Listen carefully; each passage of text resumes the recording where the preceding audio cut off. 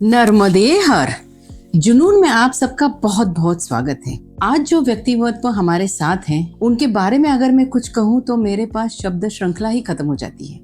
उनकी भक्ति, साधना और आध्यात्मिक ऊंचाइयों को देखते हुए उन्हें नर्मदा पुत्र के नाम से भी संबोधित किया जाता है। उन्होंने एक बार नहीं, दो बार नहीं, उन्हें 3 बार नर्मदा परिक्रमा की है। उनके द्वारा लिखित एक पुस्तक है नर्मदा परिक्रमा एक आनंद यात्रा, जो हिंदी में भी अनुवादित है।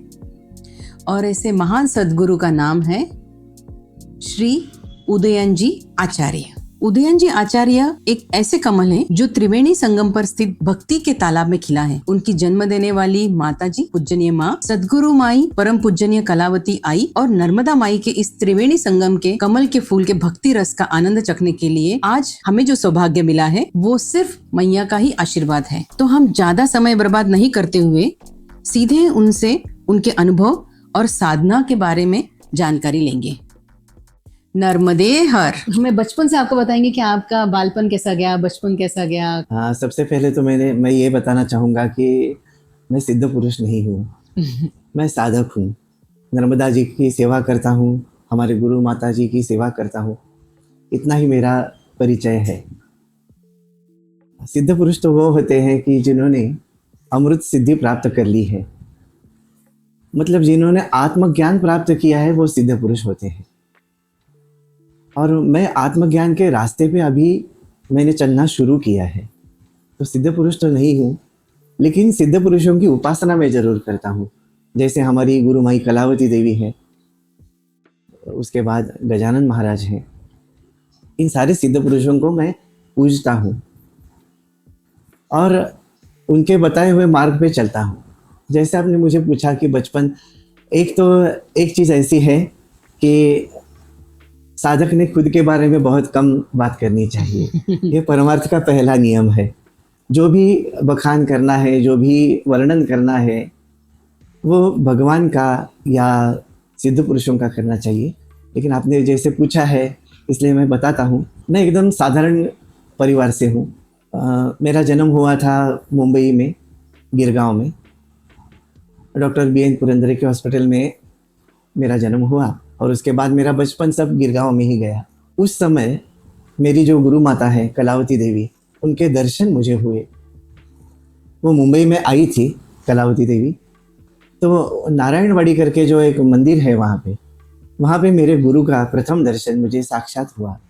मतलब तब वो आपकी उम्र क्या रही होगी? मैं 7-8 साल का था। अच्छा। और मेरी दादी के साथ, मेरी माँ के साथ मैं दर्शन करने के लिए गया था। तब संत सिद्ध पुरुष ऐसा कुछ समझता नहीं था, लेकिन बस उनकी तरफ देखने के बाद ऐसा लगा कि बस ये मेरी दादी है। अच्छा। और ये मेरे बहुत नज़दीक है, मेरे आत्मा के नज़दीक है।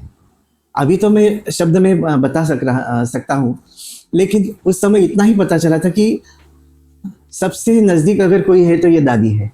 अच्छा। मैंने गुरु करके भी नहीं देखा था, और वही जो नाता उनसे जुड़ गया उस दिन से, वो आज तक है। मेरे नाना जी जो थे, वो नारायण महाराज श्रीगोंदकर के शिष्य थे और उनके ऊपर पूर्ण गुरु कृपा हुए थे। जैसे आपने कहा सिद्ध पुरुष, वैसे मेरे नाना जी सिद्ध पुरुष थे। तो उनका आचरण देख के, उनका भजन, उनकी भक्ति, ये सब देख के मेरे ऊपर बहुत मैं प्रभावित हो गया था। और ऐसे संत पुरुष के साथ में मैं रहा था। तो परमार्थ का जो क्या बोलते हैं कि बाल गुटी जिसको बोलते हैं, कि बच्चों को जो पिलाते हैं, वो मेरे नाना जी से मुझे मिला था। और उनका व्यक्तित्व ही इतना लुभावना था कि वो जब उनके गुरु का भजन करते थे तो वो रोते थे। अच्छा। और उनकी आवाज़ सुन के हम सब लोग भी रो पड़ते थे। और उनके जो गुण है वो सब मेरी माँ में आए हैं। और मेरी माँ की वजह से जो भी कुछ परमार्थ में थोड़ा बहुत कर रहा हूँ, वो मेरी माँ की वजह से और मेरे नाना जी की वजह से है। बाकी तो मेरा जो शिक्षण है वो BCom तक हुआ। उसके बाद में मैं अकाउंटेंट करके 25 साल मैंने सर्विस की। मैं बहुत साधारण जीवन जी रहा था। थोड़ा सा विशेष उसमें ऐसा है कि मैं ऑर्केस्ट्रा में भी गाता था। अच्छा। उस समय पे। लेकिन वो जो चकाचौंध है उस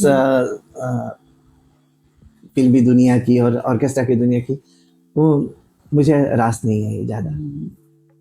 वहाँ से मेरा मन उठ गया।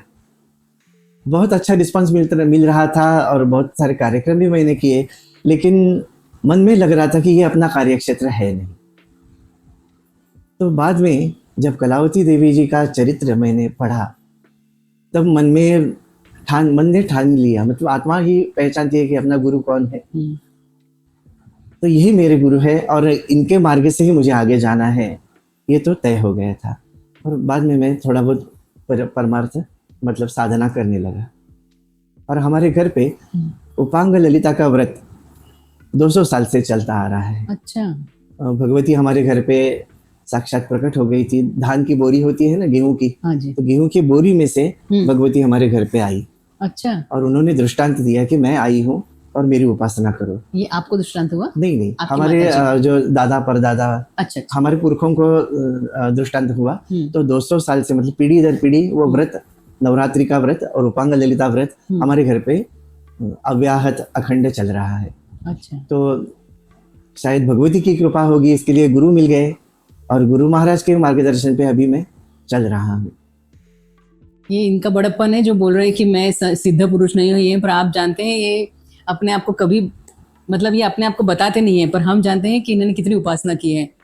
पर अब जिस तरह से आपने बचपन बताया, तो मुझे एक बताएंगे आप कि जैसे आजकल की जनरेशन है, मतलब हालांकि ये प्रश्न बच्चे आजकल बहुत टीवी मोबाइल इसके एडिक्शन हो गया है, थोड़ा हटके है ये आध्यात्मिक से, तो उन्हें किस तरह जैसे आपको आपकी माताजी ने इस तरह इस मार्ग पे लाया, आप में थी वो भावना, वो बीज था ही, आपने मैया ने आपको और स्टर्न किया, तो हम किस तरह से हमारे बच्चों को इसकी थोड़ी सी मिठास लगा सकते हैं, या उन्हें किस तरह से, क्योंकि बच्चों को हम जो डायरेक्शन देंगे बच्चे वही चैनलाइज होते हैं जी। तो आप क्या सलाह देंगे आजकल के पेरेंट्स को कि वो अब किस तरह इनको इन्वॉल्व करें? अपने गांव में भगवान की जो पालकी निकलती है वो देखी है कभी? हाँ। तो उसका जो लकड़ी होती है वो जब डाली के रूप में होती है तभी उसको शेप देना शुरू करते हैं। अच्छा। तभी वो अखंड लकड़ी पालकी के लिए उपयुक्त हो जाती है। तो ये मेरा वचन नहीं है, हमारे गुरुजी ने, हमारे गुरुमाई ने जो प्रवचन किया है उसमें से ही उन्होंने कहा है कि जब वो डाली के रूप में होती है तब उसको शेप देंगे तो हमेशा वो उसी शेप में रहती है। तो इसी तरह अगर माँ बाप बच्चों के सामने नियमित उपासना करें तो बच्चों को लगता है कि नहीं इसमें कुछ अच्छा है और मेरी माँ कर रही है, मेरे पिताजी कर रहे हैं तो मुझे करना चाहिए। आप उनको अगर जोर जबरदस्ती बिठाएंगे तो कभी नहीं बैठेंगे, क्योंकि आप खुद नहीं कर रहे हैं। सही है। मराठी में रामदास स्वामी ने कहा है, आदि केले मग सांगितले, मतलब पहले किया बाद में बताया। और अगर आप नियमित रूप से करेंगे तो बताने की जरूरत नहीं पड़ती। तो पहले तो बच्चों को सुधारना ये तो बाद की बात में, पहले खुद को सुधारना, बराबर, ये मैंने सीख ली है। और हम इतने अच्छे ग्रास्पिंग है, मैं आपको बताऊं कि जब हम हमारे बचपन में थे, हमें किसी ने ऐसा राम रक्षा या गणपति अथर्वशीर्ष सब लर्न नहीं करवाया कि बैठो लर्न करो। दादी नानी मम ये लोग अपने आप बोलते, सुन सुन के हमको अपने आप याद। बिल्कुल। तो मतलब आप कह रहे हैं कि आपका घर का एनवायरनमेंट आप इतना ऐसा रखिए कि बच्चे खुद ही प्रोत्साहन होके उस मार्ग पे जाए, क्योंकि आध्यात्मिक भी जरूरी है मेरे ख्याल से, है ना? क्योंकि हमारे घर पे कोई परिवार आते हैं और वो बोलते हैं कि हमारा बच्चा अभी से ही माला फेर रहा है। अरे वाह। तो मैंने फिर पूछा कि आप क्या करते हैं? तो हम भी नित्य नेम से माला फेरते हैं।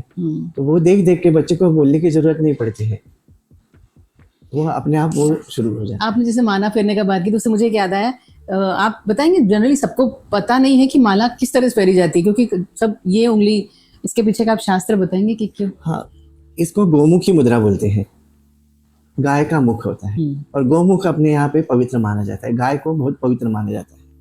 और इसका अभी जो शास्त्र पढ़े हैं साइंस वो एग्जैक्टली बता सकेंगे, लेकिन अंगूठे की जो हलचल होती है उसका हृदय से संबंध होता है, तो आपके हार्ट बीट्स भी अपने आप कंट्रोल हो जाती है। तो माला इसी मुद्रा में फेरनी चाहिए। इस दो जो उंगलियां हैं उनके ऊपर माला रख के अंगूठे से उनको धीरे धीरे, जो मणिका होती है उसमें जो क्या बोलते हैं उसको, मणि, उसकी आवाज नहीं होनी चाहिए। अच्छा। माला तो फेरनी चाहिए लेकिन उसकी आवाज नहीं होनी चाहिए, क्योंकि आवाज, अगर आवाज पे ध्यान देंगे तो मन अपना जो होता है ना वो वहां से हट के कितने हो गए, 10 हो गए, 12 हो गए, 12 बार आवाज आ गया, फिर नाम से वो हट जाता है। तो मन का भी कंट्रोल रखना है। गोमुखी मुद्रा से ये करेंगे ना ऐसा, तो मन स्थिर हो जाता है। अच्छा। ये अंतर मन है, ये बहिर्मन है। ओके। तो इस तरह से बैठ के फिर माला जाप करना चाहिए। और पद्मासन में बैठ के? नहीं, सुखासन में बैठिए। सुखासन में, जो जैसे? क्योंकि सब लोग पद्मासन में नहीं बैठ सकेंगे। अभी मेरे जैसा स्थूल आदमी कोई रहेगा, वो पद्मासन में बैठेगा तो 5 मिनट में फिर उसको पैर में दर्द होना शुरू हो जाएगा, फिर सारा ध्यान पैर के ऊपर जाएगा। तो सुखासन में बैठिए। जिस तरह से आप आराम से बहुत देर तक बैठ सकते हैं, ऐसे आसन में बैठ के हाथ में माला लेके आंखें मूंद के फिर जाप करना चाहिए। और जो मंत्र है वो अपने आंखों के सामने दिख रहा है, अच्छा, उसको विजुअलाइज करें। ओके। उसको देखें। हाँ जी। और उस मंत्र के या फिर अपने सदगुरु की मूर्ति या फिर सदगुरु की जो छवि होती है, जो फोटो होती है, उनको अपने हृदय पटल में देखना है। और उनको हम नाम सुना रहे हैं, इस भावना से नाम लेना है और उस समय ये माला फेरनी चाहिए। तो ये थोड़ा मतलब थोड़ा जोर से बोलेंगे या मन में ही लेना ज्यादा बेटर होगा? 4 प्रकार की वाणी होती है, परा, पश्चंती, मध्यमा और वैखरी। आपने आचार खाया है कभी? हाँ। तो आचार में क्या करते हैं, आचार जब डालते हैं तो पहले ही वो तेल और नमक उसमें नहीं जाता है ना, वो आम काटा हुआ होता है उसमें। तो पहले उसको मसाले में डाल के बंद करके रख देते हैं, फिर वो उसके अंदर क्या बोलते हैं, स्रवित हो जाता है। इसी तरह अपना मन भी कड़क है, विषयों की तरफ बहुत दौड़ता है। तो उसको पहले वैखरी वाणी से, मतलब श्री राम जय जय राम, इस तरह करेंगे तो फिर वो नाम के ऊपर कंसंट्रेट हो जाते हैं। क्योंकि नाद लुब्ध है हम सब लोग। कोई भी आवाज आए तो झट से देख लेते हैं, मतलब नाद की तरफ अपना आकर्षण ज्यादा है। तो पहले वैखरी वाणी से नाम लेना चाहिए। अच्छा। जब उसका अभ्यास हो जाए अच्छी तरह से, उसके बाद मध्यमा से लेना है, मतलब श्री राम जय जय खुद को ही सुनाई दे। ओके। उसके बाद पश्चंती है, वो हृदय में ध्यान करना है, मतलब नाम चल रहा है, अपने होठ के थोड़ा हिलते हैं। और उसके बाद परावाणी में वो अपने आप नाम चला जाता है। अच्छा। तो परावाणी में जो नाभि से ओमकार आता है, हर एक के नाभि से आता ही है, वो परमेश्वर ने ही वैसा सेटअप करके भेजा है। तो नाद वहाँ से उत्पन्न हो जाता है, उसमें वह नाम विलीन हो जाता है। और ऐसी स्थिति में कबीर जी कहते हैं कि राम हमारा जप करे हम बैठे आराम, अपने आप नाम शुरू हो जाता है। तो ये चारों अवस्था वाणी की है। उसमें पहली वैखरी है, जो हम सुनेंगे वही हम बार बार दोहरा सकते हैं अंदर। तो पहले वैखरी वाणी से माला जपनी चाहिए। और जब मन स्थिर हो जाए फिर मध्यमा, फिर पश्चंती और फिर परा में जब चला जाता है। परा में जब चला जाने के बाद उसका जो पुनरावृत्ति है वो अपने आप होने लगती है। इसलिए कबीर बोलते हैं कि राम हमारा जप करे हम बैठे आराम, मतलब प्रयत्न के बिना अपने आप नाम चलते रहता है। ये जनरली मैंने देखा है बाबा जी कि आप जैसे आपने बताया नाम लेने का, और ये बहुत लोगों के क्वेश्चन होते हैं कि हमारा गुरु ये है, पर हम जब परिक्रमा करते हैं तो हम नर्मदे हर बोले या हमारे गुरु का, क्योंकि बहुत कंफ्यूज रहते लोगों को। लोग सोचते हैं कि हमारे गुरु का ही नाम लेंगे, पर उन लोगों को बहुत डाउट होता है कि नर्मदे हर कर रहे हैं तो बोले कि नहीं बोले, या किसका जब आप सजेस्ट करेंगे कि साधक ने लेना चाहिए? मैं सजेस्ट करने वाला कोई हूँ नहीं। हम संतों के ही वचन प्रमाण मानते हैं, जो पूर्व संत जो हो गए हैं। कबीर जी कहते हैं भेद नहीं अभेद हुआ मन, राम भया जग सारा। मतलब अपने गुरु ने जो साधना दी है वही साधना करनी चाहिए। शादी होने के बाद जब ससुराल जाते हैं तो नाम बदल जाता है अपना, है ना। फिर वहां से लौट के मायके आते हैं तो भी नाम वही रहता है, पति का ही नाम लगाते हैं। पति चाहे गुजर भी जाए अपना नाम नहीं बदलता है। ये जैसे पति के साथ शादी हो जाती है, वैसे गुरु के साथ शादी हो जाती है। क्या बात। जैसे पतिव्रता है कि जो पति के सिवा किसी का चिंतन नहीं करती है, वैसे साधक ने गुरु के सिवा किसी और का चिंतन करना, जब तक सिद्धावस्था प्राप्त न हो तब तक गुरु के सिवा किसी और का चिंतन नहीं करना चाहिए। अच्छा। चाहे वो नर्मदा जी हो, चाहे दुर्गा जी हो, चाहे कोई भी हो। और जिनके पास गुरु मंत्र नहीं है वो अपने हिसाब से, अपनी माँ तो गुरु होती है, हाँ। माँ का चिंतन करेंगे तो परम माता जो है जगदम्बा वो खुश हो जाती है। अपने पिताजी का चिंतन करें, वो भी अपने गुरु हैं। पहली गुरु मातृ देवो भव, पितृ देवो भव, उसके बाद आचार्य देवो भव है। मतलब वो पारमार्थिक गुरु तो बाद में आता है, क्योंकि जिन्होंने इस देह को जन्म दिया है, अगर देह ही नहीं होता तो गुरु कैसे मिलते। तो पहली कृपा तो माँ की है कि अपना रक्त सिंच के अपने को, मतलब हम जैसों को उन्होंने जन्म दिया। तो जननी सबसे पहली बड़ी गुरु है, तो उसका चिंतन करें और भगवती का नामस्मरण कर लें। श्री मात्रे नमः, श्री मात्रे नमः, श्री मात्रे नमः, श्री मात्रे नमः, ये सब कर सकते हैं। अच्छा। तो गुरु नहीं ऐसा तो कोई है नहीं, हाँ। माँ पहली गुरु है। पहली गुरु है मेरा। और हम तो मतलब जो शक्ति उपासना में तो कहा है कि अगर आपको मंत्र देने वाला कोई गुरु है नहीं, तो अपनी जो माता है उससे आप वो मंत्र ले सकते हैं। चाहे वो माता साधक हो या नहीं हो, कोई फर्क नहीं पड़ता, अपनी माता से मंत्र ले सकते हैं। ये तो शास्त्रों का प्रमाण है। त्रिपुरा नवतंत्र इत्यादि आप देखेंगे तो उसमें कहा है कि अगर पूर्णाभिषेक भी आप अपनी माँ से करा सकते हैं कि माँ मुझे पूर्णाभिषेक दे दो, और माँ ने किया हुआ पूर्णाभिषेक सर्वश्रेष्ठ माना गया है। अच्छा। तो माँ सबसे बड़ी गुरु है, वो तो सबके पास है, उसके बिना तो जीवन संभव नहीं है, तो उसका स्मरण करें। ये बहुत जरूरी है जी। हम आजकल के जमाने में, आजकल हम बच्चों को देखते हैं, मम्मियों के ऊपर गुस्सा करके निकल जाते हैं बच्चे। माता को जब से मम्मी कर दिया है ना, तब से वो जमीन में गाड़ दिया उसको, मम्मी बन गई। ये बात सही है, ये तो सही है। तो ऐसा आपका बचपन ही, मतलब आप बचपन से ही आपको आध्यात्मिक का वारसा मिला हुआ है, तो आप बचपन से ही इसमें थे। हमारी माता जी और हमारे नाना जी की वजह से हुआ है। बहुत अच्छा है। चलो, ये ऐसा इन्वायरमेंट मिलेगा तो इतना सुंदर फूल ही खिले हैं कि हम क्या बताएं इनके बारे में। ये आपकी महानता है कि आप अपने आप को इतना तवज्जो नहीं देते हैं। तो अच्छा, ये जैसे आप बचपन से आपने करने के बाद, आपकी स्कूलिंग वगैरह, कॉलेज वगैरह हो जाने के बाद, हाँ, अचानक आपका मैया आपको, जो आपके गुरु मिल गए थे, और हाँ, ऐसा होता है ना कि हम ढूंढते नहीं है, गुरु हमको ढूंढ लेता है ना। जी, जी। ऐसे तो जब आपको फील हुआ और उनको लगा कि ये आप दोनों का गुरु शिष्य का नाता है, हाँ, तो वो कौन सा मोमेंट आया, कब ऐसा लगा आपको, या उनको आई को लगा ऐसा? नहीं, जब मैंने माता जी को जब देख लिया पहली बार, तो मैंने कहा ना कि मेरे हृदय के सबसे नज़दीक, मेरी माँ से भी नज़दीक यही है, और ये सारे जगत की माँ है। ये भावना 7-8 साल का था तभी अंदर से अपने आप प्रस्फुटित हो गई। हमारी 3 माताएं होती हैं। अच्छा।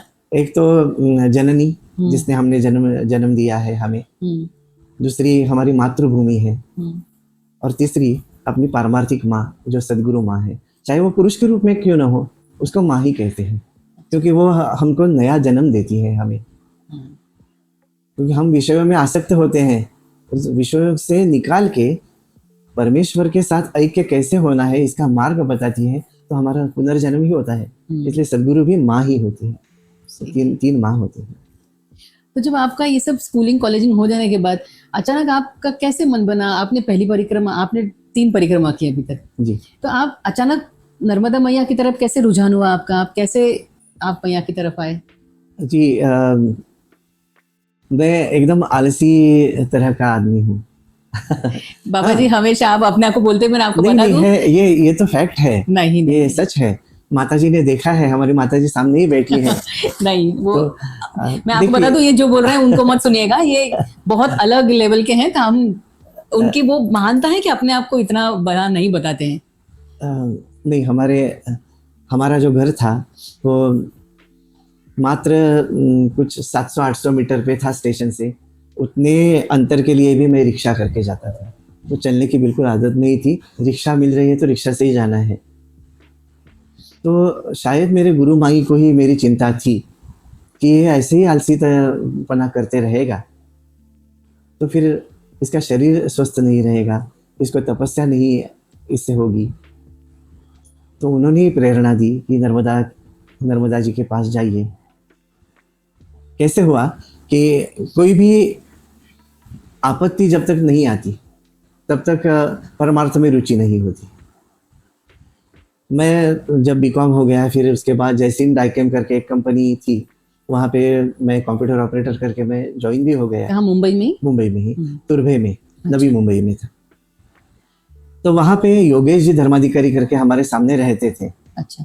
बचपन से हम उनको योगेश दादा करके बुलाते थे। तो अचानक ऐसा हुआ कि कंपनी लॉस में चली गई और उसके बाद कंपनी बंद हो गई।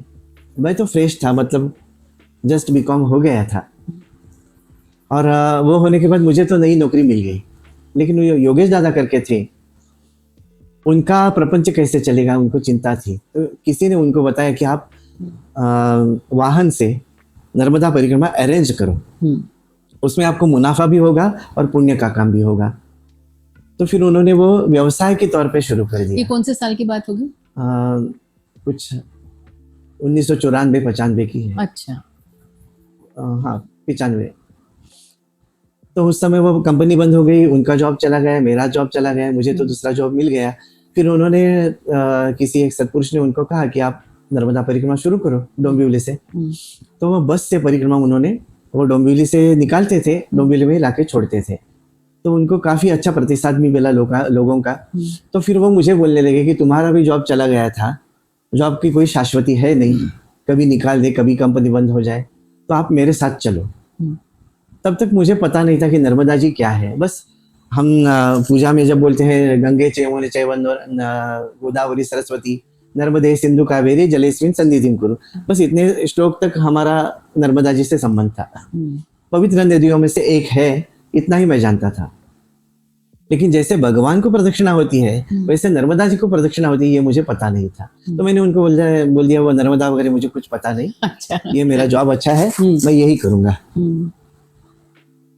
फिर दूसरे साल भी उन्होंने वो मेरे पीछे ही लगे कि आप चलो मेरे साथ, मेरी मदद करो, जो भी कुछ मुनाफा होगा मैं आपको दे दूंगा। तो ऐसे 2-3 साल तो मैंने ना करते गुजार दिए।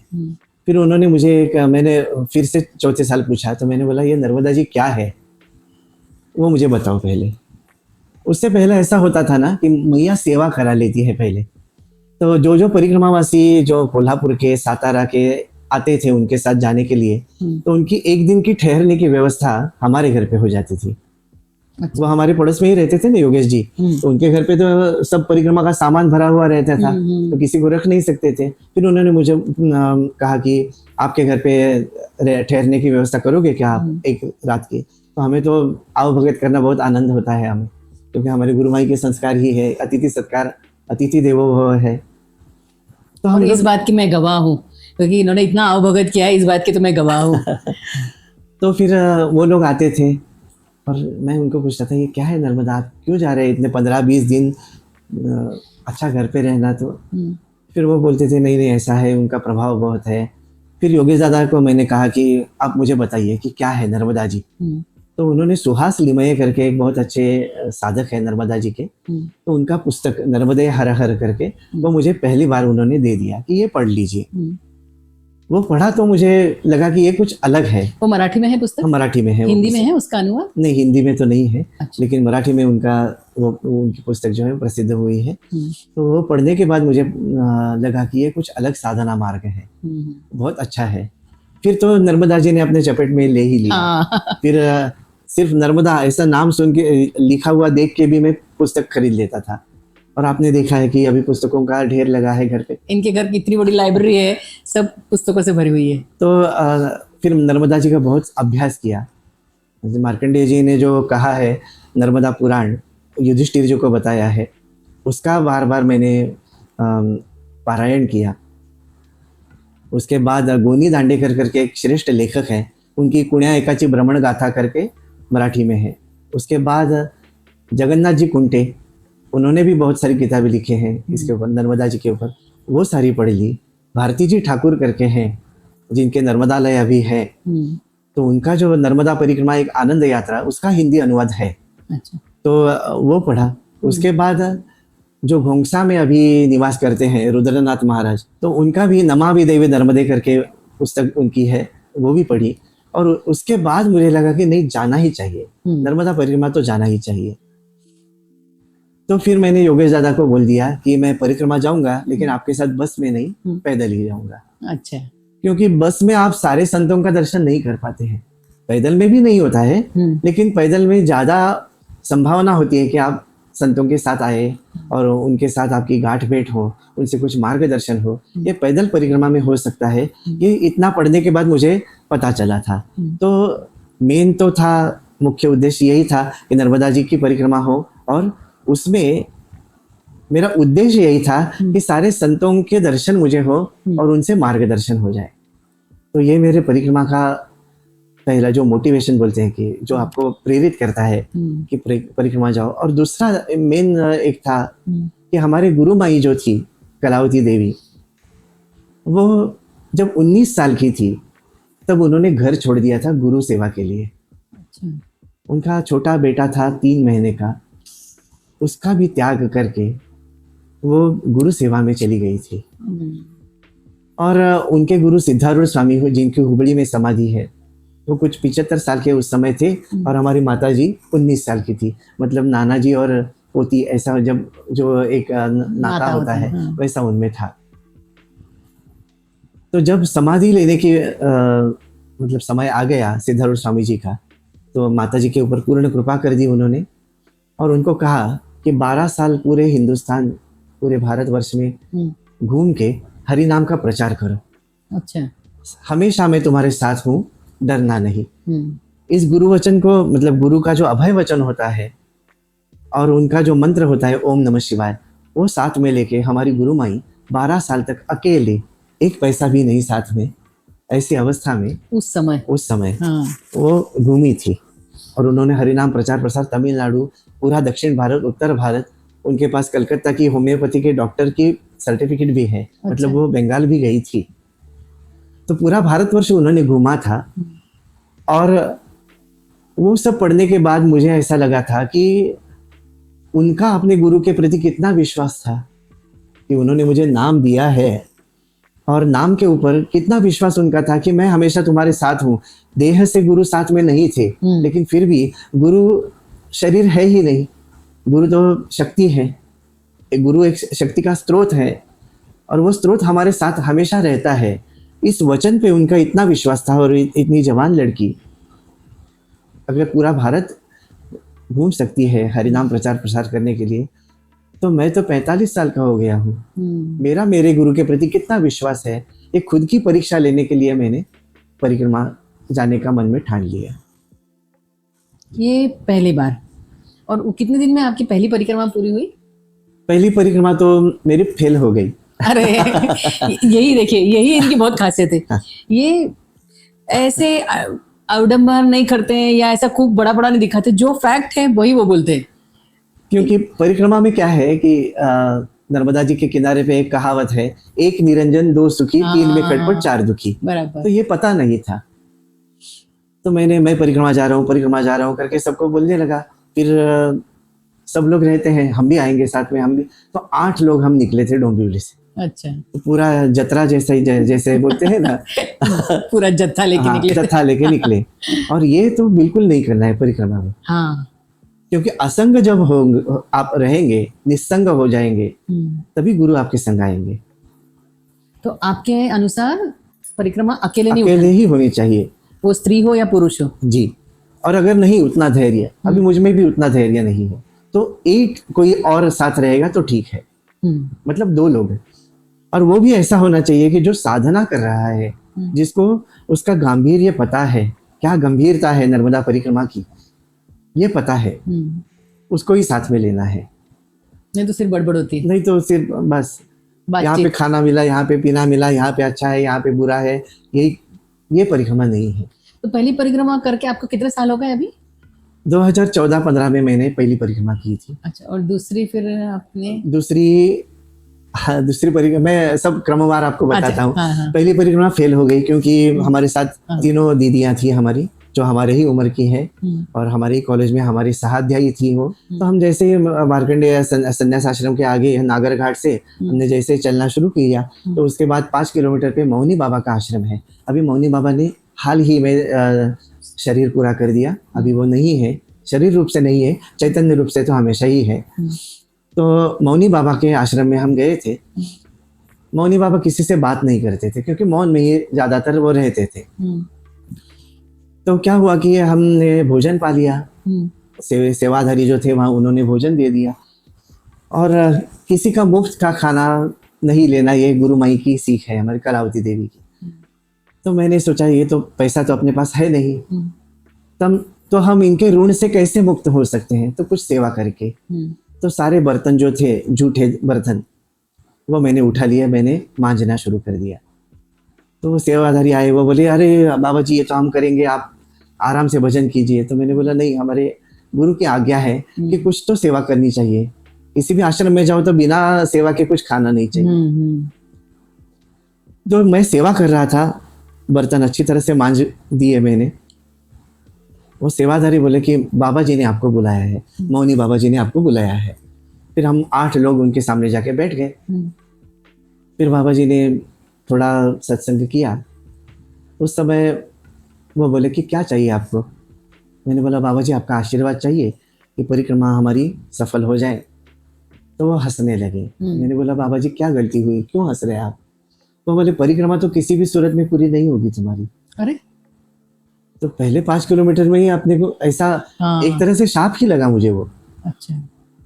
लेकिन संतों का वचन जो होता है वो मिथ्या नहीं होता है, वो शास्त्र अनुगामी ही होता है। शास्त्र को धर के ही वो बोलते हैं।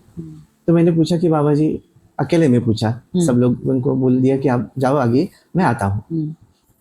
बाबा जी ऐसा क्यों बोले। वो बोले 3 स्त्रियां आपके साथ हैं जो तरुण हैं, तो ये तो दोष है, तो उनका मुख तो आप अवलोकन करेंगे ही, तो आपकी परिक्रमा तो खंडित होगी। भले पैदल पूरी हो जाएगी भले, लेकिन शास्त्र के नियमों से आपके खंडित ही हैं। तो ये सुनने के बाद फिर मुझे मेरी गलती का पहली बार एहसास हो गया कि हम इतने लोगों को साथ में जुटा के चलते हैं, वो बिल्कुल गलत है। फिर वैसा ही हुआ कि उनके पैरों में छाले आने लगे, बहुत बड़े बड़े फोड़े आ गए। फिर रुकना पड़ता था। तो मैंने सोचा, फिर मैं बहुत गुस्सा भी होता था कि ऐसे अगर परिक्रमा करेंगे तो 3 साल भी कम पड़ जाएंगे, तो ये गलत है करके मेरा गुस्सा भी, क्रोध आया। तो दूसरी बार परिक्रमा खंडित हो गई। तो परिक्रमा में क्रोध नहीं आना चाहिए। क्रोध नहीं आना चाहिए तो कितना सबसे बड़ी मुश्किल तो वही है। क्योंकि हम इतने कंफर्टेबल इसमें से रहते हैं जोन में से और एकदम अचानक हम ऐसे आते तो क्रोध को कंट्रोल करना। बिल्कुल बिल्कुल।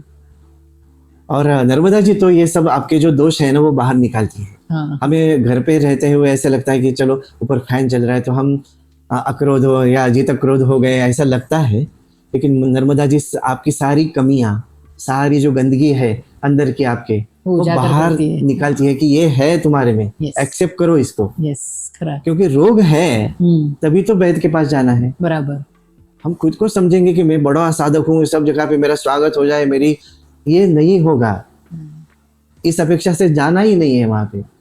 यात्रा का मतलब यातना और त्रासदी, ये सहन करने की क्षमता है तो यात्रा को जाओ, नहीं तो नहीं जाना है। ये नर्मदा यात्रा तो सबसे, एक तो ये इसमें पैसा नहीं लगता है, तो सबको लगता है ये तो आसान है, वो जाना, खाना, सोना, निकलना। ये नहीं है। ना किसी से मांगना है, ना रुचि रखनी है किसी भोजन में। आज रुचिवान भोजन मिल गया, बहुत स्वाद भोजन मिल गया, कल तो आपको भूखा भी रहना है। रंगवदूत महाराज का बहुत सुंदर पद है, कोई दिन घी गुड़ मौज उड़ाना, कोई दिन भूख सहना, कोई दिन गाड़ी कोई दिन वाड़ी, कभू स्मशान जगाना रे, मन मस्त सदा दिल रहना। सुख दुख समय कृत्वा लाभा लाभो जया जयो, जो गीता जी कहते हैं 12वें अध्याय में भक्ति योग का है। वो भक्ति योग साधने के लिए परिक्रमा करनी है। तो ये पता नहीं था पहली परिक्रमा में, इसलिए पहली परिक्रमा फेल हो गई मेरी। उसमें भी हमारा सारा ग्रुप जो था वो फिर बिखर गया, क्योंकि मैं बहुत गुस्सा करने लगा था, ये नियम तोड़ना नहीं, ये नियम, और नियम किसी को नहीं अच्छे लगते हैं। फिर एक एक साथी छोड़ने लगे मुझे, तो मैं भी अच्छा ऐसा ही सोचता था, चलो जान छूट गई मेरी। फिर हम दोनों ही साथ में रह गए, मैं और वैभव धात्रक करके, उनको हम मराठी में बापू करके बुलाते हैं। अच्छा। हम दोनों ही थे। तब मुझे गलत फहमी थी, चलो अभी तो परिक्रमा हो जाएगी अपनी, लेकिन नियति आपकी इतनी हावी हो जाती है कि बाद में सबको मेरी याद आने लगी। फिर पुनीत आश्रम तक हम पहुंच गए, भालोद के सामने। तो पुनीत आश्रम में हम जब गए तो ये सारी दीदियां वहां पे थी। फिर एक साथ चलना शुरू हो गए, फिर वही हो गया, फिर वही गुस्सा, फिर वही तकलीफें। फिर जब हम कवांट पहुंचे, कवांट में कामनेश्वर महादेव करके हैं, उस मंदिर में तो मेरा गुस्से का पारा इतना चढ़ गया था कि पूछो मत। मैंने बोला अभी मैं दिखूं भी आप किसी को तो मुझे पहचान मत देना, मैं अकेला जाऊंगा। तो वहाँ के जो महंत थे वो मेरे ऊपर बहुत गुस्सा हो गए। वो बोले ये माता जी तीनों आपके विश्वास पे आई है। उन्होंने भी शादी नहीं की है तीनों ने। अच्छा। तो उनके घर वालों ने ऐसा ही भेजा था कि उदयन जी के साथ जा रहे हो तो बहुत सेफ हो आप, तो आप जाइए। तो आपके विश्वास पे उन्होंने छोड़ा है, तो आप विश्वासघात करेंगे तो तीसरी बार परिक्रमा खंडित हो जाएगी। किसी का विश्वासघात करना नहीं है परिक्रमा में। तो ये माता जी जैसे चलेंगी वैसा ही आपको चलना है। फिर इन लोगों को तो एक शस्त्र ही मिल गया।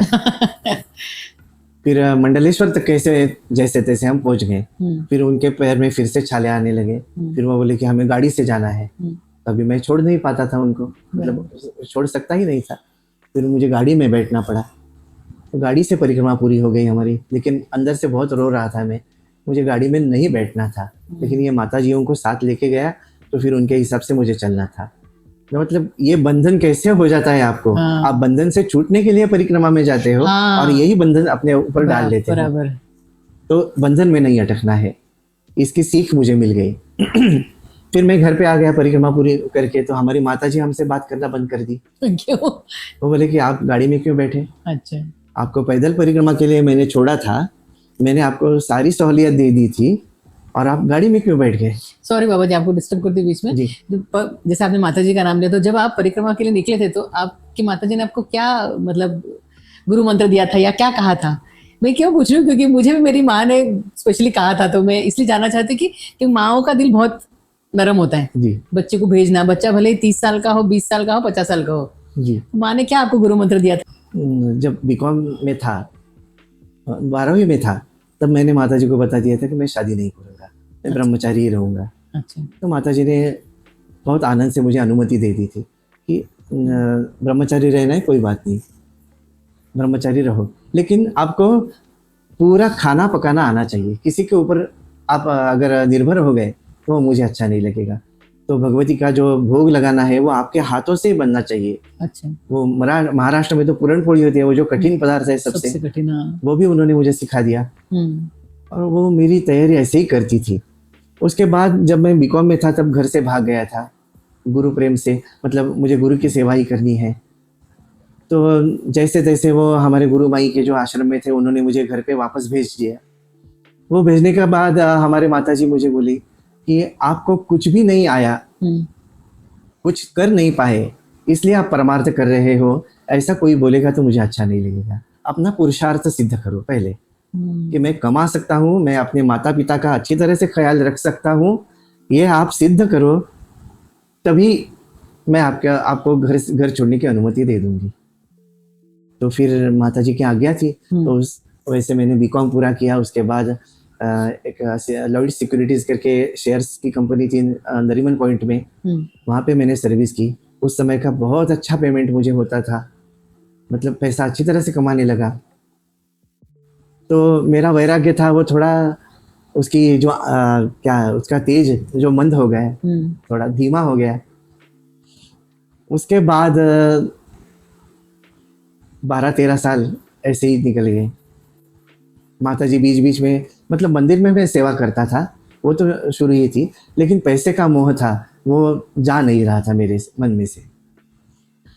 उसके बाद हमारा जो पुराना मकान था वो 25 साल होने के बाद हमने वो रीडेवलपमेंट में गया और फिर वो बेच दिया। अच्छा बड़ा मकान मिला था, तो उससे जो कुछ पैसा आया था वो माता जी के नाम से फिक्स डिपॉजिट वगैरह कर दी, तो हमारी दाल रोटी की व्यवस्था तो हो गई थी। और जब ये पूरा स्थिर स्थावर होने के बाद मैं ऑफिस जाने के लिए निकला था एक दिन, तो उस समय माता जी ने मुझे टोका, कहाँ जा रहे हो? मैंने बोला ये क्या सवाल है, रोज तो ऑफिस जाता हूँ, वैसे ऑफिस जा रहा हूँ। तो माता जी बोली शादी नहीं की, इसको मैंने अनुमति दी, पुरुषार्थ सिद्ध करो, ऐसा मैंने कहा था, वो भी सिद्ध हो गया। अभी कितने दिन पैसा पैसा करोगे, सर्विस छोड़ दो और नर्मदा परिक्रमा निकलो। अच्छा। तो मेरी उम्र के 45 साल में माता जी ने मुझे नौकरी से इस्तीफा देने के लिए कहा और उनकी आज्ञा से मैंने सर्विस छोड़ दी। फिर उस समय उनकी उम्र थी 75 साल।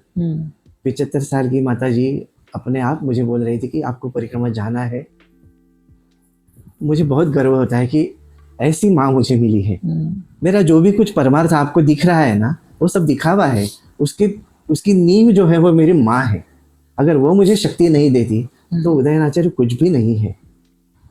और इसीलिए शायद वो परम माता जो है भगवती ललिता, उसकी उपासना हमारे गुरुदेव ने मुझे दी। ये मेरी माँ की कृपा है। उन्होंने मुझे विरक्त बनने के लिए आज्ञा दी है। मैं विरक्त बन के मतलब संन्यास लेना चाहता था। मेरे गुरुजी को, महेश्वर के मेरे स्वामी जी नरहरि गिरी जी को, उनको मैंने विनती भी की थी कि महाराज जी मुझे संन्यास दीक्षा दे दीजिए। तो उन्होंने कहा जब तक तुम्हारी माता जी घर पे है तब तक मैं संन्यास की अनुमति नहीं दूंगा। आप घर पे ही रहो, सन्यासी की तरह रहो, क्योंकि उन्होंने आपको विरक्त बनाया है। अगर आप छोटी उम्र में घर से निकलते थे तो शायद मैं आपको संन्यास दीक्षा दे भी देता, लेकिन अब आपकी माता जी बूढ़ी हो गई है और माता की सेवा में करने में कोई दोष नहीं है। आप आपके माँ के साथ घर पे रहिए, उनकी सेवा कीजिए, उनके बताए मार्ग पे चलिए, तो आप सन्यासी ही हैं। बहुत सुंदर। मैं इसीलिए ऐसे धन्य है वो माँ की जिन्होंने इतने नर्मदा पुत्र को जन्म दिया और इतने अच्छे उनके संस्कार है। तो आप आगे, सॉरी मैंने आपको डिस्टर्ब किया। हाँ, बट तो माता जी ने बात करना बंद कर दिया कि तुझे परिक्रमा क्यों भेजा था, पैदल पूरी करके आना है, सारे संतों के दर्शन करना है, सारे तीर्थों के दर्शन करने हैं। क्यों आए? तो लगभग 6 महीना तक माता जी मेरे से बात नहीं करती थी। अच्छा। मतलब मेरी माँ अलग है। कितना बड़ा मन होगा, मैं यही सोचती हूँ कितना बड़ा मन होगा। बाकी सारी माएँ मैंने जो देखी हैं वो भी पूजन ही है, लेकिन वो पोते के लिए बहुत हट करती है कि मुझे पोता चाहिए, पोता दिखना, मतलब पोते का मुख देखना है। लेकिन मेरी माँ ने मुझे कहा कि देख, आत्मज्ञान होना नहीं होना गुरु के कृपा के निर्भर है, उनके ऊपर निर्भर है, लेकिन प्रयास में कम पड़ना ये मुझे नहीं चलेगा। तुम प्रयास करो, भले ही कृपा हो न हो, अपना प्रारब्ध क्या है अपने हमको पता नहीं होता है। तो फिर उन्होंने बात करना बंद कर दिया। फिर गुरु पूर्णिमा का दिन था और मैं कलावती देवी जी के, मतलब हमारे गुरु माई के मंदिर में जाके हारमोनियम और भजन गाना ये सब सेवाएं मैं करता था। तो गुरु पूर्णिमा उत्सव का भजन होने के बाद मैं घर पे आया। माता जी ठीक से बात नहीं करती थी। फिर सायं संध्या वंदन करने के लिए भगवान के सामने बैठ गया हमारी रूम में। तभी माता जी, आप अभी देख रहे हैं, वो उनका जाप हमेशा चलता ही रहता है, वो हमेशा ऐसी ही बैठी रहती है।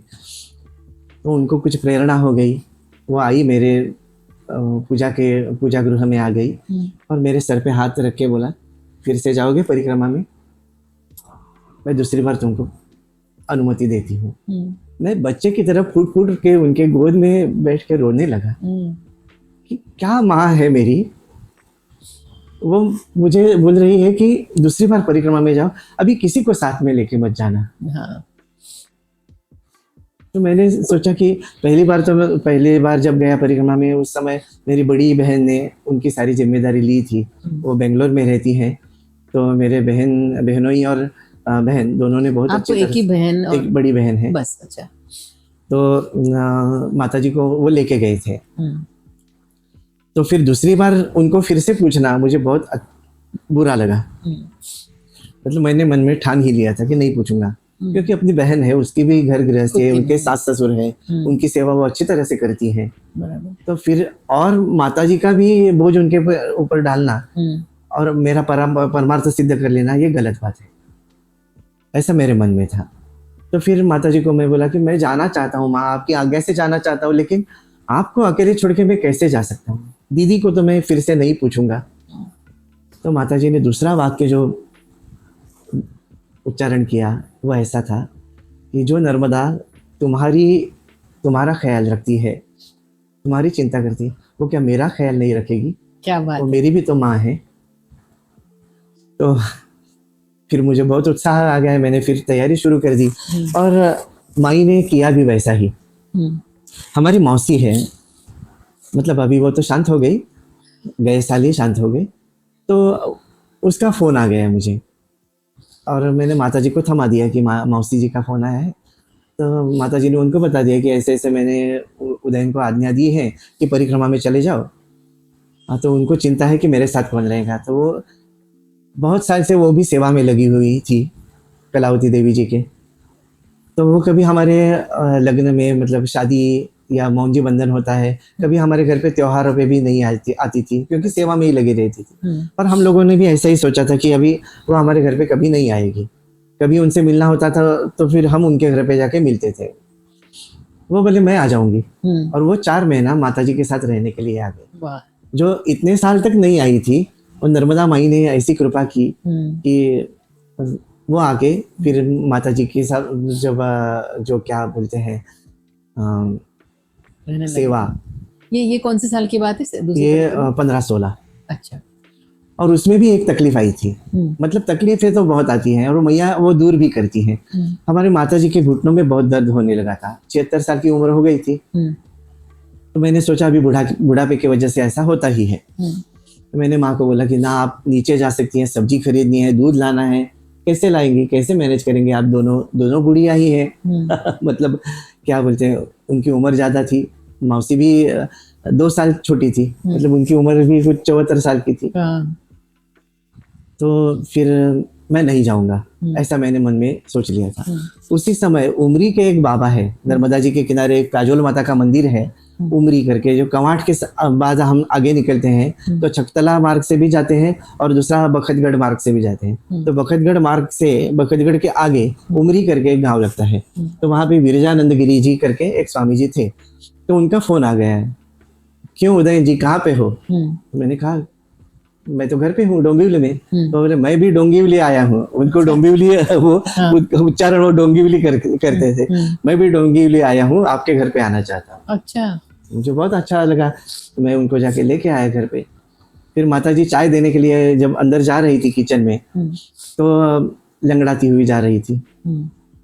तो वो उन्होंने मुझे पूछा ये ऐसा क्यों चलती है? मैंने बोला अभी उसकी उम्र हो गई है, घुटने में दर्द है, इसलिए थोड़ा चलने में तकलीफ। वो बोले कि मैं जड़ी बूटी लेके आया हूँ नर्मदा जी के किनारे से। अच्छा। जड़ी बूटी और बहुत सारे तेल लेके आए थे। मुझे बोले पहले जाके सरसों का तेल लेके आओ, मेरे पास वो तेल नहीं है। मैं नीचे जाके मैंने सरसों का तेल लेके आए, नारायण तेल जो बोलते हैं वो लेके आए। फिर वो जो सन्यासी महात्मा मेरे माता जी के पैर रगड़ने के लिए बैठ गए। हमारी माता जी भी फूट फूट के रोने लगी और उन्होंने ऐसे पैर रगड़े उनके कि वो आई आई करके चिल्लाने लगे। तो वो बोले बुलाओ बुलाओ, तुम्हारे आई को बुलाओ, कलावती देवी को बुलाओ। अच्छा। वही ठीक करेगी। और बाद में मुझे बोले कि आप 8 दिन ऐसे ही इनके पैर रगड़ो और अगर उनकी इच्छा हो तो परिक्रमा में पैदल परिक्रमा में लेके चलो साथ में। तो 8 दिन मैंने उनके पैर वैसे ही रगड़े और उसके बाद आश्चर्य हुआ कि वो खुद जाके सब्जी खरीद के लेके आती थी, दूध लेके आती थी, पूरी स्वस्थ हो गई। तो मैया ने वो भी चिंता मेरी दूर कर दी और फिर मैं दूसरी परिक्रमा में निकला। वो आपकी पूरी हुई परिक्रमा जी। और अकेले की आपने? नहीं, निकला तो अकेले ही था, लेकिन ओंकारेश्वर में एक गोवा से आया हुआ एक लड़का था, चैतन्य पाटिल करके। लड़का मतलब छोटा था? हाँ बिल्कुल, 22 साल का लड़का था। अच्छा। तो उसको क्या मोह हुआ पता नहीं, वो ओंकारेश्वर में जब मैं संकल्प ले रहा था गुरुजी से, मतलब वहाँ के जो क्षेत्रोपाध्याय होते हैं, ब्राह्मण होते हैं, आशीष चौकड़े करके हैं, उनसे मैं संकल्प ले रहा था, तभी वो साथ में आके बैठा। वो बोला मुझे भी संकल्प लेना है, मैं भी गोवा से आया हूँ। वो ऋग्वेद संहिता उनकी हो गई है। अच्छा। वो कर्मकांडी ब्राह्मण था। वो बोले कि आचार्य जी मैं आपके साथ चलूंगा तो आपको कुछ तकलीफ तो नहीं है ना? मैं बोला आपके पैरों से आप चलोगे, मेरे पैरों से मैं चलूंगा, जब तक साथ रहेंगे रहेंगे, जब बिछड़ जाएंगे तो ढूंढेंगे नहीं एक दूसरे को, ये अगर आपको चलता है तो चलो। तो वो मेरे साथ में था। वो पूरे टाइम था? 3 या 4 दिन बिछड़ गए थे हम बीच में। अच्छा। और उसके बाद में तो हम साथ में ही, पूरी परिक्रमा साथ में ही थे। अभी भी आप उससे कांटेक्ट में? जी जी। हाँ, अभी तो पिता और पुत्र जैसा हमारा संबंध हो गया है कि जब मैं उसको देखता हूँ मुझे भी रोना आता है, जो मुझे वो देखता है तो उसको भी रोना आता है। लेकिन परिक्रमा में ऐसा नाता नहीं था हमारा। अच्छा। हमारा झगड़ा बहुत होता था क्योंकि मुझे ये आश्चर्य लगता है, आप गुस्सा करते हैं, आप झगड़ा करते हैं, ये मुझे आश्चर्य लगता है क्योंकि हम जिस आचार्य उदयन जी को जानते हैं वो हमारे लिए कुछ अलग ही है। तो आप खुद को कैसा बोलते हैं कि हमें नहीं नहीं, लेकिन वो सारी कमियां मेरे में है, नहीं है? वो माई ने दिखाई है मुझे। और वो क्या होता था कि वो कर्मकांडी ब्राह्मण था, तो उसका छुआछूत बहुत था अच्छा। कि इसके हाथ का नहीं खाऊंगा, उसके हाथ का नहीं खाऊंगा। पर मुझे लगता था माई के किनारे तो सारे योगी ही बैठे हुए हैं, हाँ। चाहे वो अपने को आदिवासी दिखे, भिल्ले दिखे, कोई दिखे, लेकिन वो तो सारे योगी हैं। क्योंकि नर्मदा तट पे जन्म मिलना मतलब करोड़ों जन्म का पुण्य होता है। तो ऐसे पुण्यात्माओं का भोजन जो भी जिस भी रूप में हो मैं पा लेता था, लेकिन उनको वो नहीं चलता था। तो इस वजह से हम दोनों में बहुत झगड़ा होता था। लेकिन मुझे भी अंदर से लगता था कि वो ठीक है, उसकी जगह पे वो ठीक है। उसकी भावना है कि सारे आचारों का पालन होना चाहिए, क्योंकि वो वेद पाठशाला से सीख के आया था। तो उसके संस्कार भी उस तरह के थे, वो भी सही थे, हिंदू धर्म के अनुसार ही थे। तो उसको बाद में हम थोड़ा, एक बार ऐसा हुआ था, वो प्रसंग बताता हूँ कि हर जगह पे हमारा मतलब डिफरेंस ऑफ ओपिनियन बोलते हैं ना, कि मत भिन्नता होती थी और झगड़ा होता था। फिर एक दिन हम बैठ गए नर्मदा जी के किनारे, और फिर मैंने उनको बोला, देखो चैतन्य जी, आप में और मेरे में बहुत मत भिन्नता है, आप अलग चलो, मैं अलग चलूंगा। अच्छा। तो वो बोला, नहीं नहीं, हम लोगों में कोई मत भिन्नता नहीं है। तो फिर मैं बोला, हम लोगों में मत भिन्नता है, इसके ऊपर भी अपनी मत भिन्नता। तो जैसे आप हंसे वैसे ही हम दोनों हंसने लगे। फिर हम दोनों ने ठान लिया कि एक दिन मैं मौन रखूंगा, एक दिन वो मौन रखेंगे। अरे क्या सही बात है, ये बहुत साथ में चलेंगे लेकिन मौन में चलेंगे। तो ये जब हुआ, उसके बाद हमारा मतलब सच्चा प्रेम हमें मिल गया कि वो मेरा बेटा है। उसकी हर तरह से उसका संगोपन करना, उसको संभालना, ये मेरी जिम्मेदारी मुझे लगने लगी। ये भी बंधन है, हाँ, प्यार का है लेकिन बंधन है। और उसको लगता था आचार्य जी भी थोड़े उम्र के हैं, तो उनका ख्याल मैंने भी रखना चाहिए। और अभी जब भी मिलते हैं तो पिता और पुत्र की तरह ही मिलते हैं। अभी वो गोवा में ही है? गोवा में ही है। चलो बढ़िया एकदम। ये आपकी दूसरी परिक्रमा कितने महीनों में और कितने दिनों में? 108 दिन। मेरी तीनों परिक्रमा 108 दिन में ही। अच्छा, ये आपने डिसाइड किया था? नहीं, मैं अपनी गति से चलता था। 108। और जब मैं तय करता था ना, आज इस गांव में जाना है, तो मैया जाने नहीं देती। क्योंकि अपने पास तो किताब रहती है ना, नर्मदा परिक्रमा पथ प्रदर्शिका, आत्मकृष्ण महाराज ने वो तिलकवाड़ा से प्रसिद्ध की थी। अभी सीमा भी वीरेंद्र जो है, उन्होंने उसका संस्करण करके उसको अपडेट करके अच्छी तरह से बनाई है। तो वो अपने पास रहती, तो हम देखते थे आज 30 किलोमीटर चलना है, तो मैया 5 किलोमीटर पे रोक देती थी। ये लोगों को विश्वास नहीं होगा, पर ये बात सही है। बिल्कुल सच में। हमें बहुत गुरूर है कि अरे हमारे पैर है, हमें चलना है। ये हमारा जो गुरूर है, सबसे पहले मुझे लगता है मैया, ये जो यहाँ पे नाक पे हम ईगो लेके चलते ना, चलना तो है क्या, मैं तो चल लूंगी ना, ये सही है। जी। एक किस्सा आपको बताता हूँ कि दूसरी परिक्रमा में हम नारेश्वर जाना चाहते थे। जैसे ही हम झनौर से निकलते हैं तो एक डायरेक्ट रास्ता है, वो नारेश्वर चला जाता है, और एक पुनीत आश्रम जाता है। तो हमने खेत में एक किसान था, उनको पूछा था नारेश्वर जाने का रास्ता कौन सा है। तो उन्होंने मुझे बताया, उस किसान ने, कि इस रास्ते से जाओ। तो हम पहुंच गए पुनीत आश्रम। फिर पुनीत आश्रम मुझे बहुत अच्छा लगा, और पुनीत महाराज जी का आश्रम जो है। और तीसरी परिक्रमा में मैंने सुनील भैया को बोला कि हम पुनीत आश्रम जाएंगे, वहाँ पे शांति बहुत अच्छी है। फिर एक किसान को मैंने पूछा कि ये पुनीत आश्रम जाने के लिए रास्ता कहाँ से है। उन्होंने जो रास्ता बताया, उस रास्ते से जाने के बाद हम नारेश्वर पहुंच गए। तो आप जिस जगह पे जाना तय करते हो, वहाँ पे मैया पहुंचाएगी, ऐसे कुछ जरूरी नहीं। वो उसके मन के हिसाब से ही आपको तीर्थों का दर्शन कराती है। और तीसरी परिक्रमा फिर आपने 2018-19 को की थी। ऐसे आपकी तीनों परिक्रमा हुई, वो भी 108 दिन में। हाँ, 108 दिन में ही हो गई है ना। ये जो आपने जो तीनों परिक्रमा की, तो एक मुझे ये जानना था कि ऐसे वैसे तो हम मैया चलवाती उसी जगह चलते हैं, पर तो कौन कौन से ऐसे स्थान हैं कि जहाँ पे हमने, धार्मिक स्थान है जहाँ पे हमने जाना चाहिए? मतलब वैसे तो 66 करोड़ तीर्थ है माई में, तो सारे तीर्थ उतने ही महत्व के हैं।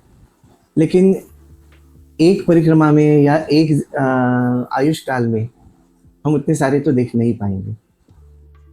मुख्य तो ओंकारेश्वर है, उसके बाद शूलपाणेश्वर है, उसके बाद विमलेश्वर है, विमलेश्वर आजकल सब लोग जाते हैं क्योंकि वहाँ से ही नावड़ी छूटती है। लेकिन पहले तो कटपुर से जब जाते थे तो विमलेश्वर छूट जाता था। अच्छा। और विमलेश्वर का विशेष वर्णन किया है नर्मदा पुराण में। उसके बाद वहाँ पे जाने के बाद उत्तर तट पे परशुरामेश्वर है जो पंचक्रोशी में, समुद्र पंचक्रोशी में आ जाता है। उसके बाद नीलकंठेश्वर है, और उसके बाद जो है भूतेश्वर महादेव है जो उसी पंचक्रोशी में आ जाते हैं। बाकी तो सारे तीर्थ जो है वो प्रसिद्ध ही है। भरूच में है भृगु क्षेत्र उसको बोलते हैं, और उसके बाद वहाँ पे भी नीलकंठेश्वर है, झाड़ेश्वर है, उसके बाद महेश्वर है। बहुत सारे तीर्थ हैं और सारे तीर्थ जितना हो सके उतना देखना चाहिए। कोई भी तीर्थ अगर पास में है और हम नहीं जाते हैं तो वो दोष भी लगता है।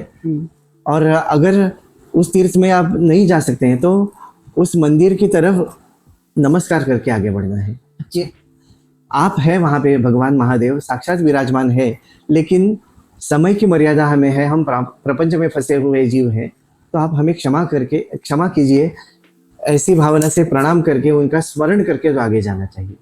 इसके लिए आपको नर्मदा पुराण तो जरूर पढ़ना चाहिए। परिक्रमा जाने से पहले माई के दोनों तट पे शिव जी किस तरह प्रकट हुए हैं इतना तो पढ़ के जाना चाहिए। भले आपको उस तीर्थों का दर्शन हो ना हो, लेकिन आप उनका स्मरण करके जब परिक्रमा उठाते हैं तो 66 करोड़ रूप से भगवान शिव वहाँ पे विराजमान है, उनको मेरा प्रणाम, और बाद में सबका स्मरण करते ही जाना है। इसीलिए माई को सबसे प्रिय मंत्र है ओम नमः शिवाय। आजकल तो नया ट्रेंड है कि नर्मदे हर करके चलते हैं। नर्मदे हर ये मंत्र नहीं है, ये तो विनती है, ये प्रार्थना है। नर का मद हरण कर, नर मद हर मतलब मेरा मद हरण कर, ये विनती है, ये प्रार्थना है। और मंत्र का माई सबसे खुश होती है, सबसे प्रसन्न होती है ओम नमः शिवाय मंत्र से, शिव मंत्र से खुश होती है। लेकिन आपके गुरु ने आपको राम मंत्र दिया है तो आप शिव मंत्र का जाप नहीं करना है, क्योंकि गुरु वाक्यम प्रमाणम, गुरुरेव परब्रह्म, गुरु ही परब्रह्म है। तो परब्रह्म की जो आज्ञा है, जो मंत्र है, वही मंत्र आप जाप करना है, तब उसी से माई प्रसन्न हो जाती है। अच्छा, ये जो नए अभी तो परिक्रमा शुरू हो जाएगी अभी, तो आप उन्हें क्या बताना चाहेंगे, उन्होंने क्या करना चाहिए, कैसी करनी चाहिए? परिक्रमा करने से पहले माई का अभ्यास कीजिए। और मैं बताने वाला कोई नहीं है, क्योंकि मेरा अधिकार नहीं है, ये बार बार मैं बताता हूँ, मेरा अधिकार बिल्कुल नहीं है। लेकिन मेरे गुरु जी कहते थे, राज नरहरिगिरी स्वामी जी कहते थे कि परिक्रमा उठाने से पहले कम से कम 15-20 दिन किसी आश्रम में जाके सेवा करो। तो माई क्या है, सेवा क्या है, सारे संतों का भाव क्या है उसके प्रति, ये जान के उसके ऊपर प्रेम तो आपका लगना चाहिए, लगन तो लगनी चाहिए माई की। और उसके बाद आप परिक्रमा उठाएंगे तो आप एक क्षण भी माई को नजर से ओझल नहीं होने देंगे। अगर कोई कहेगा कि दूर से जाओ, वो पास में पड़ता है, नहीं मेरी माई इधर से बह रहे तो मैं इधर से ही जाऊंगा, ये आपकी भावना हो जाएगी। ये प्रेम, एक ब्रह्मानंद स्वामी जी का भजन है, लगा ले प्रेम ईश्वर से अगर तू मोक्ष चाहता है। माई के पास क्यों जाना है? मोक्ष के लिए। तो माई के प्रति अगर प्रेम नहीं है तो मोक्ष कैसे देगी वो?